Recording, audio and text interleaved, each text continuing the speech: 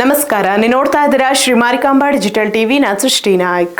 ಉತ್ತರ ಕನ್ನಡ ಜಿಲ್ಲೆಯ ಭಟ್ಕಳದಲ್ಲಿ ಮೀನುಗಾರಿಕೆ ವೇಳೆ ನಡೆದ ದುರಂತದಲ್ಲಿ ಮೀನುಗಾರರೊಬ್ಬರು ಸಾವನ್ನಪ್ಪಿದ್ದಾರೆ.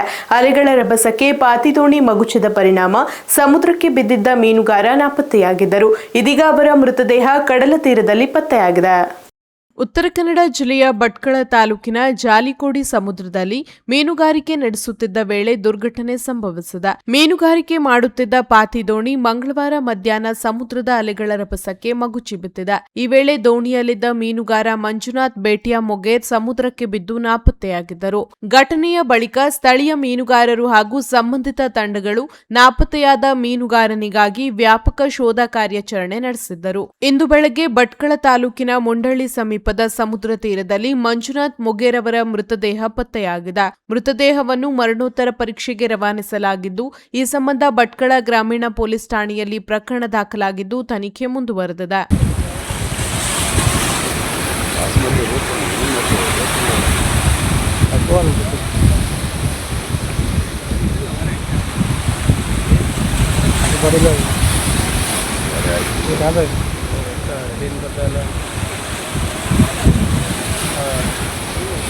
ಬಿಚ್ಚಾಕು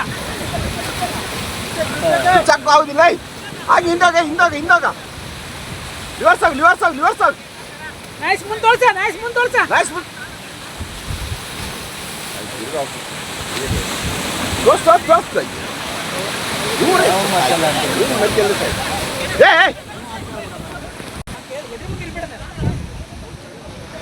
ಇವ್ರ ಅಣ್ಣ ತಮ್ಮಿ ಅಂತ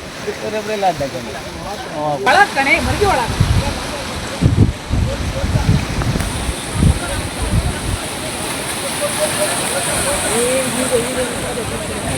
ಓಡುವುದಿಲ್ಲ.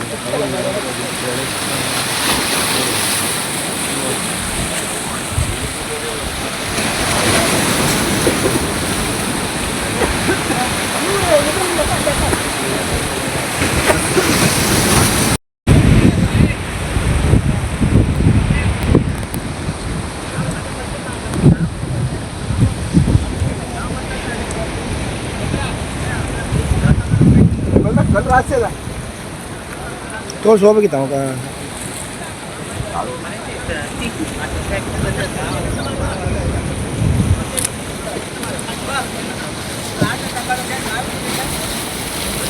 ಭದ್ರ